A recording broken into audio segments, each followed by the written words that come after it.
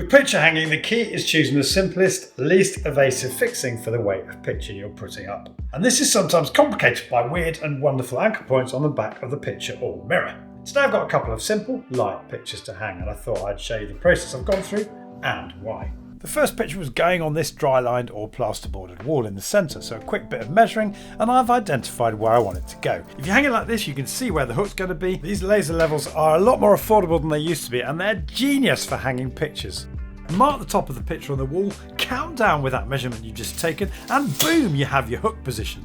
Now this is a light picture, but get a super strong magnet like this because it's always better to screw into a stud, and the magnet hunts down the screw or nail attaching the plasterboard to the stud. And here's mine amazingly near where I need it.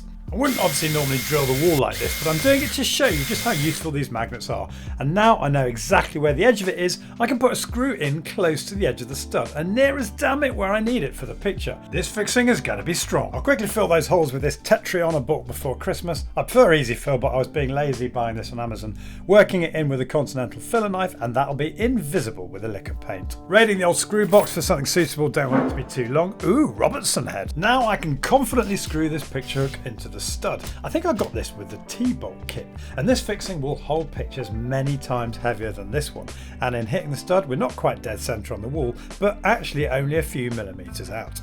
The next picture is a bit trickier because I've got an Intello breathable membrane just behind the plasterboard that I don't want to puncture. I marked the area again using my game-changing laser level, but this time gently drilled a 7mm diameter hole in the plasterboard and inserted a cut down brown fixing. This short screw, and this washer stops the picture cord slipping off the screw.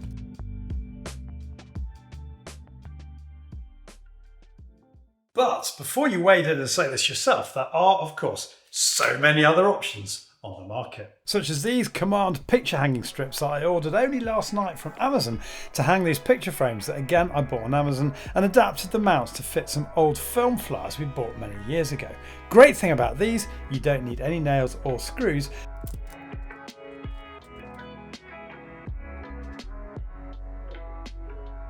And when you're done with them, you just pull them off the wall. And then you've got these non-trace picture hooks that came with the frames, where you simply tap these 3 tiny nails into the plasterboard. They work pretty well. And of course you've got the more traditional nail-in hooks, which I didn't want to use here because the nails would have pierced that membrane. These are fine for lightweight pictures, but for heavy stuff I'd always use one of those fixings I talked about in my last short. Thanks so much for watching today. It would mean so much to me to have you subscribe, and if you do that, you'll get notified every time I post new content. The details of everything I've used will, as usual, be in the description.